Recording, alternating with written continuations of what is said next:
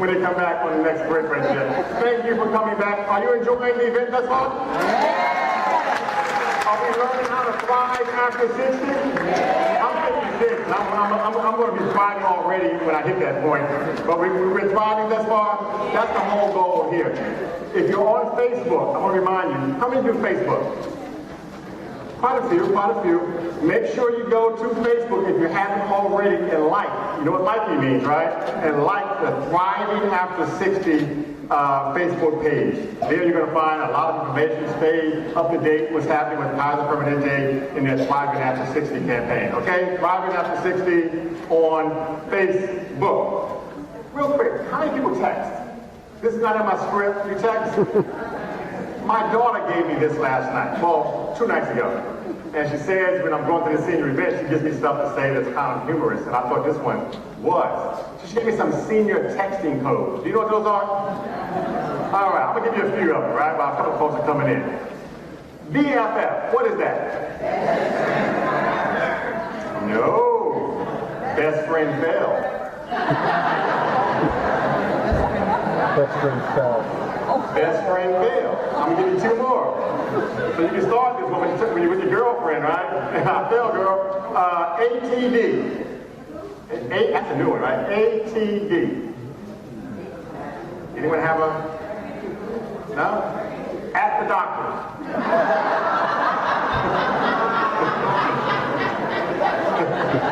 All right, one more. Now I know we all use this one.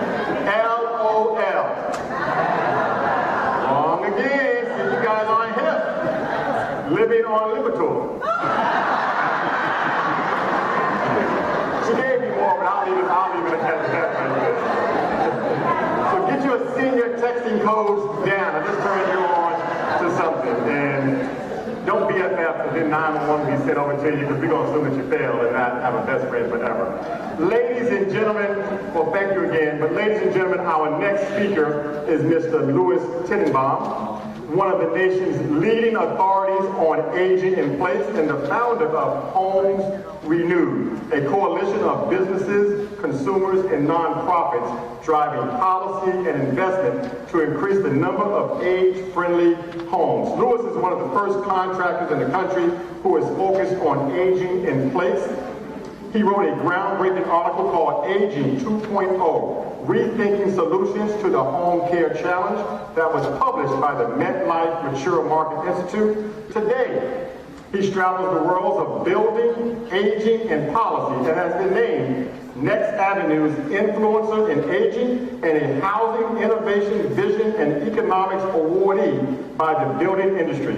This session will include information about important home updates that you can make and start making now, current policy initiatives, and the potential of older citizens to impact this important policy. Ladies and gentlemen, join me in welcoming to the stage Mr. Louis Tenenbaum.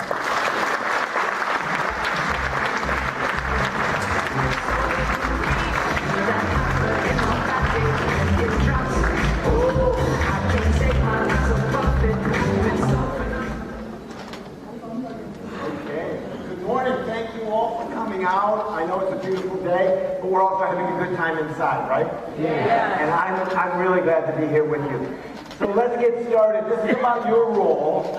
That means that there's more for you to do than work on your home, which is important, but there's also a role for all of us as citizens of our great society to help move forward in the way that aging is conducted.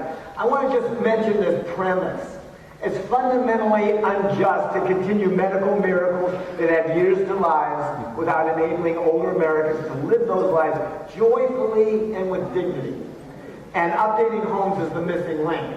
So, you know, we found the fountain of youth. It's at NIH, right? We now live much longer than we did before. But how is life really going for us in our homes? And I just have this image. This is John Glenn. He went to the moon at age 77, or not to the moon at age 77, but up in space at age 77. And my view is, if we can get John Glenn to out in space at age 77, each American deserves a decent shower in their own home, safely, comfortably, with dignity. Thank you very much. So let's figure this out. So I want to talk to you today about this as a movement. This is a political movement, and we are the advocates. We're the standard bearers of this movement. So, you know, age is something that occurs, and we all know about it. You start aging as you are born, and, you know, and you move up through, and this is typical for all of us, and we're all hoping to live that way. But why is this so important now? Why is this significantly different than it was? And look at these, longevity is new. Our institutions are old. So U.S. life expectancy in 1776 was 32. Get your affairs in order early, okay? In 1900, it was 47, so it had already changed substantially, but it's changed a lot since then. 1935, why is that a significant date? Social Security, right? Social Security came in, life expectancy was 61. It was a really great campaign promise. They weren't planning to pay very many people very much money. In 1950, our housing, the post-war housing boom, houses started to really change. The design of houses started to really change. That was the last significant change we had to our homes in this country. 1965, why is that a significant date? Medicare, but also the Mustang, the first full year of the Mustang. How long ago was that? Okay.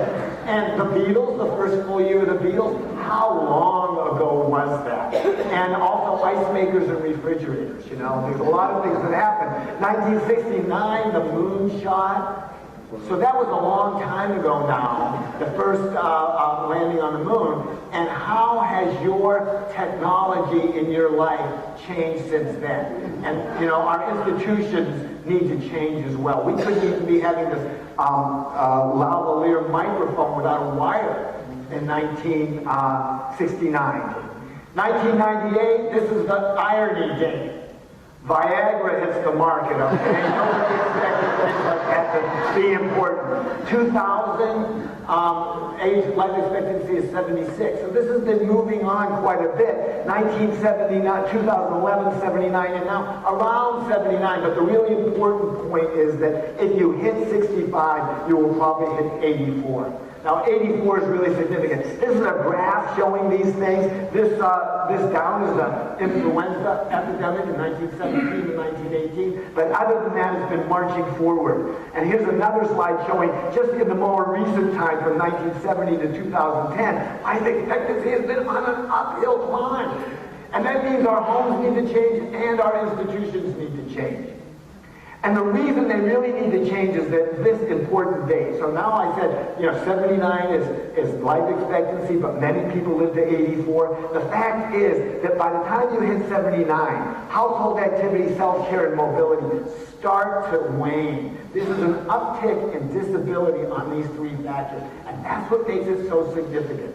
Right now, they say disability, and they say movement, and so forth. But what we all know is it starts to just get a little change. It's changed for me. I sit down and I stand up, and my girlfriend says, "Why do you say oi every time you stand up?" It's just because that's the way life really is. So that's significant.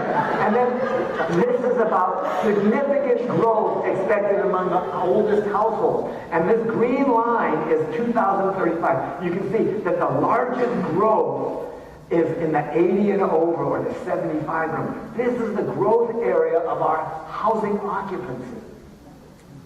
So we're it. And now I'm going to talk to you about a few statistics.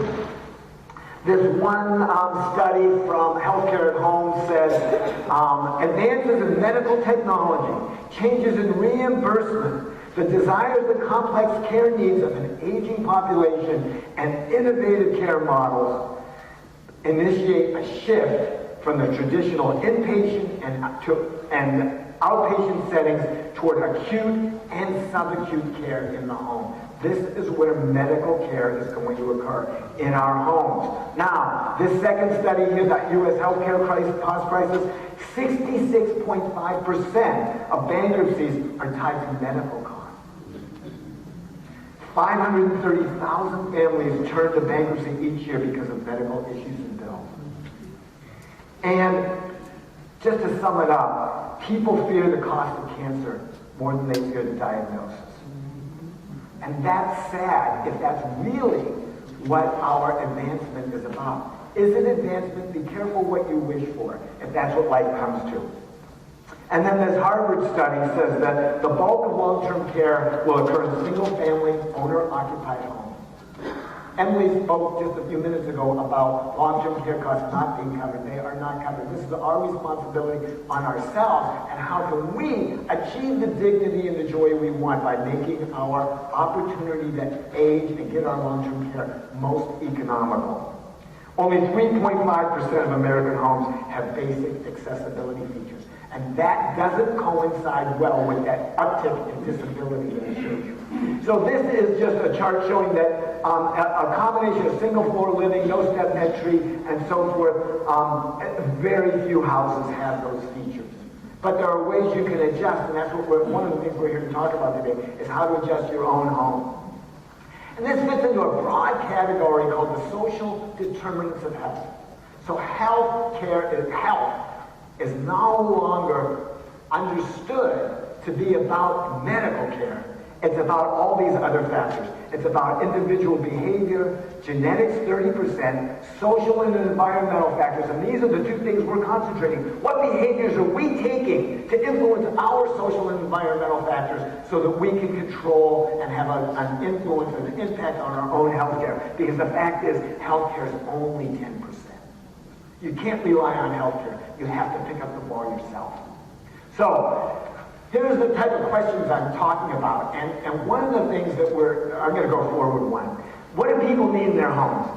Ability to get in and out of the house on your own safely as much as you can. Move around within the house. That's about the stairs, the doorways, the lighting, the doorways. Use the bathroom and the bedroom. And those are three big activities. You shower, you use the toilet, you use the sink, and you store stuff. You store your clothes, you store your towels, you store your toothbrush and your toothpaste. Prepare and eat meals in the kitchen, obviously very important. Pay your bills, read your mail. This is, the instrumental activities of daily living. Things that you need to get done that we all do. Relax and entertain, TV, music, reading and guests, and enjoying the outdoors. Taking fresh air, gardening, and so forth. But the fact is, people keep saying, technology is going to solve it. I don't think so, folks. If I can't get down the stairs to open the door for Instacart still can't deliver my groceries. If I can't take my wheelchair over the front step out of my home, I can't make it to my driverless car. If I can't make it safely to the medicine cabinet, I can't take the medicine Alexa tells me to take. And if I have a fall sensor in an inaccessible home, what difference does it make? I can't prevent falls. I can only alert someone once they've happened. So, I'm going to talk to you about houses. So here we go. Accessible bathrooms. This is a bathroom with no curb into the shower, a fold-up seat, grab bars all around, and so forth. It's an attractive bathroom, but it's more accessible. And here's another one. There's another shower with no curves. And we have colors on the floor to help you see the edge of the shower, because sometimes it's hard to see as our eyes get a little older. But also, look, grab bars all over it. And the handheld is on a grab bar in case you grab it. Here's another one, a tractor shower with multiple body sprays, multiple heads, but no curb at the base. And you can see by the way the drain is, this isn't a high-rise building. This is possible in all kinds of environments. It's not hard, it just requires thoughtfulness. And this is a place where you can see grab bars around the toilet and a sink that comes right out to your belly. So you don't have to lean over so far to spit in the sink or to whatever else you have to do there. So there are really good, simple ideas that can be done when remodeling a bathroom. Here's another one, another curbless shower in a really high-end bathroom with a fancy tub. Another one over here with, again, curbless shower. But look at the grab bars. These are not your grandma's grab bars. Grab bars can be part of, they can lead the decor of your home as you're moving through it. And here's kitchen. So here's a kitchen that's all closed up. It looks sort of normal, but look at it open now. We've got a place to sit at the stove. We've got a place to sit and chop. We've got a place to sit at the sink, and the controls for the disposal and so forth are down below. We've got a hot pad that's in line with the middle rack of the oven, which is at a very unusual height. Why should you lean down? Why should you reach up? There's a good place to put these things that may be uncommon, but it's thoughtful. And then look at this cart. Why do you have to schlep up to the table every time you're clearing and setting the table? Put stuff on a cart, roll it out, and use it that way. It's just simple stuff with simple technology. Here's a woman sitting in her kitchen. She's not a wheelchair user. She's sitting on an office stool with wheels. And she's just rolling back and forth between the cutting area and the trash area and so forth. Why does Thanksgiving, it's coming up, why does Thanksgiving need to mean sore feet? Why can't we have a place to sit and chop and cut? And then getting into it out of your house, here's a woman, ADA came in 1993. That's when we put wheels on our suitcases. Okay, because all of a sudden we had curb cuts. So curb cuts may have been about wheelchairs to some people, but it's a principle called universal design. You include everyone in the design possibilities, and all of a sudden things get easier for everyone. So another one is closed captioning. It's about people with hearing difficulty, but who hasn't sat in a bar or an airport waiting area and watched closed captioning, right? So when we include everyone, when our design includes everyone, it's good for everyone. And these are just multiple, no-step entries. They're all regular-looking houses, but the entries don't have any steps. So it's, the idea that you have to have steps is just not true. It's just common wisdom. It's common building technique. And we can change that with regulations and so forth. And also look at stairs. You need a rail on both sides of the stairs, a continuous rail. Because if you're holding something in your right arm, or like me, I'm a kayaker, sometimes one or the other of my shoulders is in good working condition, I can use the other hand on the railing. When you're going up, you need the right hand, and then down, you need it on the other side, or vice versa. You need a rail on both sides. Lever handles, in case you have, like me, I'm a carpenter, but I can no longer hold a hammer. I can use that lever handle without having to have that pincer grip of tightening to turn a knob. And why are plugs so low? I can actually tell you it's the length of the electrician's helper's hammer. He walks around as he comes in and marks the top of his hammer as he starts to wire the house. But we could ask that they put up higher, and then you don't have to bend down so far to plug something in or plug it out. And what about gardening? I had a client many years ago, I was learning, this was back in the mid-90s, and the client said to me, okay, so you can get me in the bathroom. This is the guy who had, I think, post-polio syndrome. His knees were all scraped up from crawling on his bathroom floor because he couldn't get in there with his walker or on his cane. But he said, but if you can't get me out in my garden, I might as well move to that darn assisted living. Because the point is, it's all about what you enjoy in your life, and we can make gardening something you can do seated too. And then there's the issue of luxury. How many of you don't have a bidet? Okay? What idiocy is that? A bidet seat is a pleasure. It's dignity, it's luxury, but it's also hygiene and a pleasure. I used to carry one around in my car, and my kids would say, what is that thing, Dad? And I would say, well, when you clean up for the dog, do you wipe your hands or do you wash your hands? They go, oh, I get it. So get a bidet toilet seat attachment. It's a pleasure, it's a luxury, and it's a hygiene item. Treat yourself. They're not even that expensive. And there's also lots of technologies. Amazon Echo or Alexa, these things are really helping because they allow us to control some of the factors in our lives with voice. We don't have to learn so much. We don't have to press so many buttons. But there's all kinds of things going on in technology, and it's growing. But the technology enables living and aging in place. It's not the basis of it. You have to have a house where you can actually do this stuff. So I'm going to show you some bloopers. Here's a really steep, ridiculous ramp with 3 steps, a step at the top. Here's another, this guy keeps his scooter outside because though he's got a ramp, it only gets onto his porch. It doesn't actually get in the house. Here's another one. They built this fancy ramp and they put, a 4-inch step right at the top. How do you figure that? And here's another one. This woman, her neighbors came and built this, but she's got an 8-inch step from her stoop into the house. So you have to find someone to do this who knows what they're doing. It's not rocket science, or trust me, I wouldn't be involved in it, but it is really important to get it right. And here's one. How much do these people pay for this landscape architecture? 8-inch step to get in the house after you go up the ramp, okay? And then here's some showers. This person asked for a curbless shower, and this is what she got. I'm not sure that the drain actually works if you shower right there. And here's another one. She didn't want that flat thing. You know, the curb usually is flat, so the guy knife edged the tile at the top of the curb getting into the shower. So there are details that need to be covered. And then this one really upsets me. I was at a long-term care insurance conference with a booth, and this guy comes running up to me and says, oh, I took out my tub and put in the shower. And he shows me this beautiful shower. The tile is beautiful. And what do I see? I see that the seat is a million miles from the grab bar and the controls, which are way too high to reach if you happen to be sitting down in there. There's a big curve, one of the biggest ones I've ever seen to try to get in. The only grab bar is at the back, you know, like in a hotel room, as if you can hold on to that while you're getting out of the tub. And the door is a big glass door that blocks any use of a grab bar. Frankly, the glass panel is so big that it blocks you or someone helping you from getting you to that seat. This is about a dance of two people in the bathroom, and one person's a caregivee and one person's a caregiver, and sometimes it's one week and the other the next week. It's about two people maneuvering and manipulating in that space. It's kind of like a three-legged race. Remember three-legged race? When you're tied at the head, whoever goes down, it doesn't matter, the race is over for you. So caregiving is a really important function, and this bathroom doesn't make it. Frankly, this guy would have been better off with his tub. And I didn't have the heart to tell him, of course, but I'm telling you.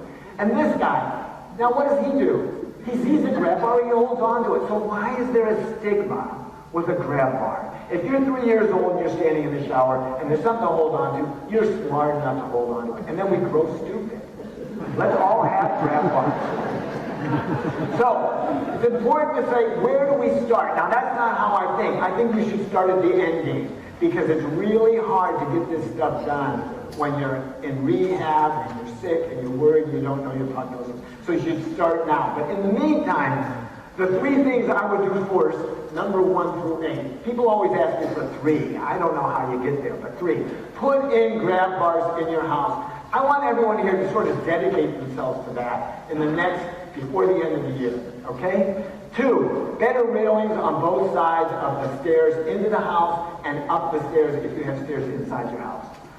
Fix the stairs and thresholds and pick up any rugs. Don't have things that trip you. Small rugs on the floor, your granddaughter made a nice rug. Don't have that on the floor. Don't step on that. Put it up on the wall. It's a family heirloom, okay? Take it off the floor. But also where the steps, the carpeting may be not tight, the carpeting is loose, or the railing, the treads, nosings on your porch may be bad. Get that stuff fixed. Better lighting and switching. I'm not saying bright light, because also there's sometimes reflection and you get glare. But I'm saying better lighting and switching. And then really important is a low-level light that stays on at night so that when you get up in the middle of the night to use the restroom, because frankly, I think we all do, you want a low-level light that goes in there that doesn't make your eyes shut down. Okay? Those are the things I would say. And the other one, and Emily echoes this, exercise. A combination of walking, of cardio, of stretching, and some weight is the most important thing you can do to age well. Check your prescriptions. Make sure. Go and ask your doctor. They're not looking, or your pharmacist, they're not looking to see if you're taking 2 things that when you take them, they make you a little dizzy and you don't realize it. And then check your glasses. Okay, if your glasses are old and they're not just right, check them and get a better pair. Get the prescription right. Now, falls steal dreams. Falls change people's lives every day. And those people will tell you a very important statistic that the average fall cost in terms of hospitalization, $30,000. Okay? $50 billion a year that Medicare spends on falls. But I want to put it in context. The number of people who die from a fall every year, they don't fall down and die, but at their funeral we're going, no, never recovered from that fall, did she? You know what I mean? Okay? The number of people who die from a fall is equal to a 747 going down more than once a week. So what would we spend to keep 747s falling out of the sky? Why don't we spend a small portion of that on grab bars and other aspects of our homes, updating them so that we don't have that expense and that misery. Grab bars cost balls cost $30,000 each. So if we paid as a society, if we put in the kitty, if we took from the treasury $300 for each of 100 grab bar installations, only one person needs to avoid a fall to make that a break-even deal. What a great investment. And then this other one, $10,000 spent on home updates. And that's a slightly above average cost for updating your home in a pretty substantial way, is a break-even investment if you only avoid 1 month in a nursing home. And that's whether Medicare is paying for it, or Medicare Advantage is paying for it. I'm a Kaiser person as well. Or you are spending your own money, which you do after 3 months of being in a nursing home after an injury or illness. So what's the low-hanging fruit here? How many of you have remodeled your home, done up the bathroom or the front entry or the landscaping in the past couple of years? Okay, how many of you did this kind of thing? Good. Why don't we all? Why don't we make it the norm that when you're remodeling, you do this type of thing? That's the low-hanging fruit. They're already remodeling. Okay? That's going forward what we need to accomplish, is that people who are remodeling their home, as a matter of course, no matter what their age, they do it the right way. So this study here from Harvard says that half of the remodeling in this country is done by people over 55. You know, you're a little more settled in life, your kids have moved out, you've moved on, you start to fix up your house, you've lived there already 20 years, there's a lot of things you want changing. Half of remodeling is done by people over 55. This is our target. People who are already remodeling. And they spend $130 billion a year. So if just 5% of those people did the type of thing we're talking about a $6.5 billion industry. But it's not being done the right way. And then this study over here is really important. The forgotten middle. It says that 54% of people over 75 in 2029 will not have their money to 54% of the middle income people in 2029 over 75 will not have the money to pay for their housing and care. 54% of us, and we're all probably middle income here, 54% of us will not have the money to pay for our housing and care. And this is significant because what Emily was talking about, the dual eligibles, people who are not well off, is 18% of the population, significant part of the population, but they have Medicaid and Medicare. They're the ones who get nursing homes paid for. Up at the top is the people who are wealthy, 7 to 9% can afford to live in senior housing. The rest of us, 73%. There's no policy, there's no programming, nothing is going on for this group. That's where the opportunity zone is.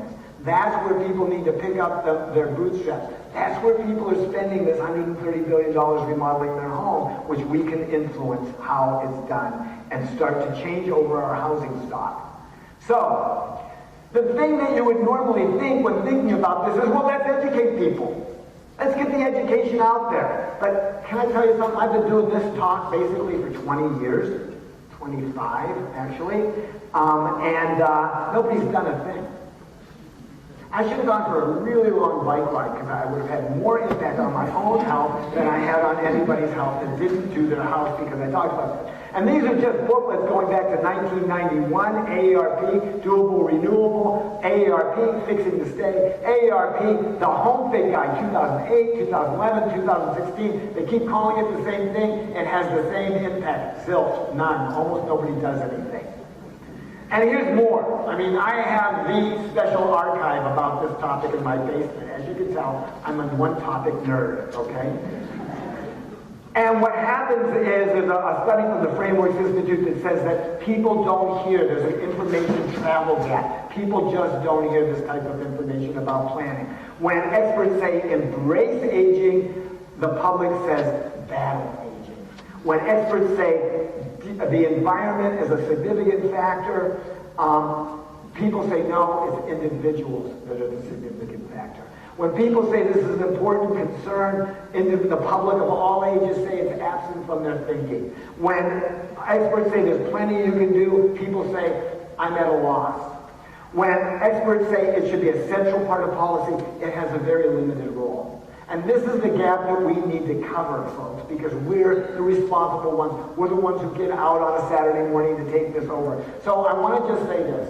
Insanity is doing the same thing. Educating people, talking about it, all of that is just not working, and we should stop and get a different path. And the path I recommend that we all take is to think about this in terms of policy. Policy built the metro, policy has the 401k, policy built the highways, built the sewage treatment plants, built the Kennedy Center, built our high schools, and even funds Walmart and Tesla. You know, Tesla is only about, they do space, they do electric cars, they do batteries, they do all that stuff. Everything is subsidized. Everything has a policy behind it. They follow the policy angle. We need to follow the policy angle too. And just for example, think about solar. So this is when the income tax credit came in 2007 for solar installations, and look at the extended fast rise of solar installations based on that policy occurring.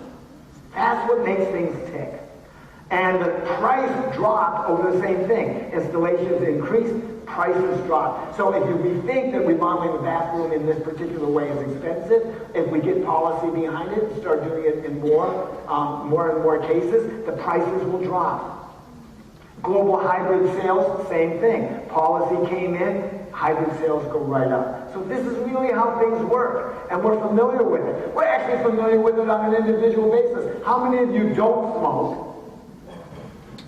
Don't smoke, right? Do you realize you get a break on your health insurance because you don't smoke? They ask you that question. They rate your policy because they know it saves them money. How many of you don't have a lot of tickets?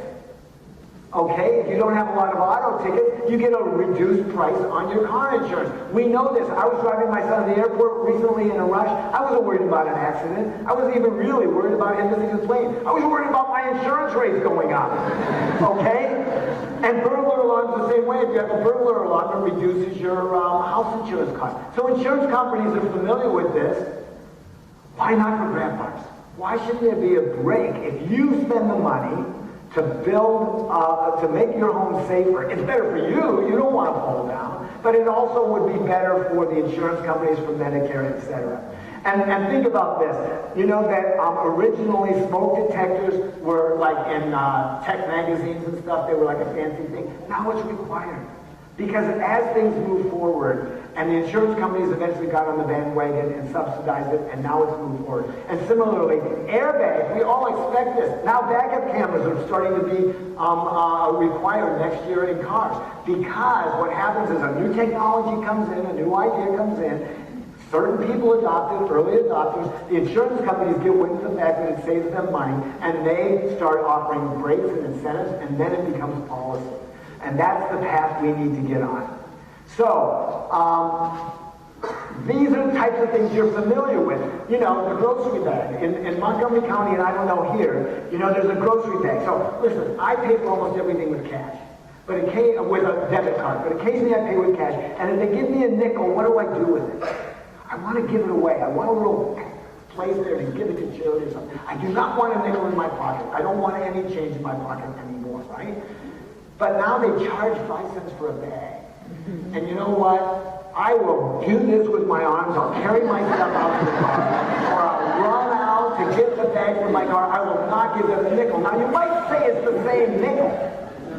But I'm not going to pay it. So this is the type of thing we need to figure out. How do we get us to change our behavior due to a policy about this stuff? And you know solar, you know energy guide. You go and look in the at Lowe's or someplace, you see an energy guide product, you say, there's something better about this. There's some deal. I'm going to grab that one. And that's what the purple tag is for HomesRenewed. That's what I'm talking about today. Is Updating your home is the most economical way to remodel if there's the purple tag. So the idea would be, instead of going to the home safety aisle, you would go to the purple tag aisle at Lowe's or Home Depot, and there would be a discount on the products once they're installed that are safety products. This is the same idea. We're just taking an old idea and adapting it. It's cheaper, more bang for your buck, uses existing sales channels, uploads like a rebate code, etc. So that's the idea that I'm here to talk to you about today. HomesRenewed. I'm here to talk to you about two things. Being smart and doing it to your house, and getting involved in the movement, this political movement, to save money and save misery for our country. So there's already local and statewide ordinances going on. There's the Virginia Livable Home Tax Credit. I don't know how many of you are familiar with that. There is the Design for Life Montgomery $2,500 property tax credit for doing these types of things to your home. This has already started in many places around the country. Accessory dwelling units. Jennifer's here from Silver Nest talking about home sharing, and you can get now they're starting to recognize the value proposition in people being able to share spaces in their home and carve out spaces in their home. That's called an accessory dwelling unit. So some of this is already starting, but it's not quite the movement yet. There's Senior Accessibility Housing Act and others, and there's people in Congress who are starting to deal with these things, but we need support behind it. Why federal policy? Why is it so important that this actually make the move to federal policy? And there's hearings going on. The Senate Special Committee on Aging this Wednesday at 9:30 in the Dirksen Office Building is having hearings on falls prevention. This is starting to be a real federal issue. Why is it so important? Because of the offset. See, if we install that $300 grab bar, if we even allowed a subsidy for that grab bar installation, and it saves Medicare dollars, then there's a federal offset.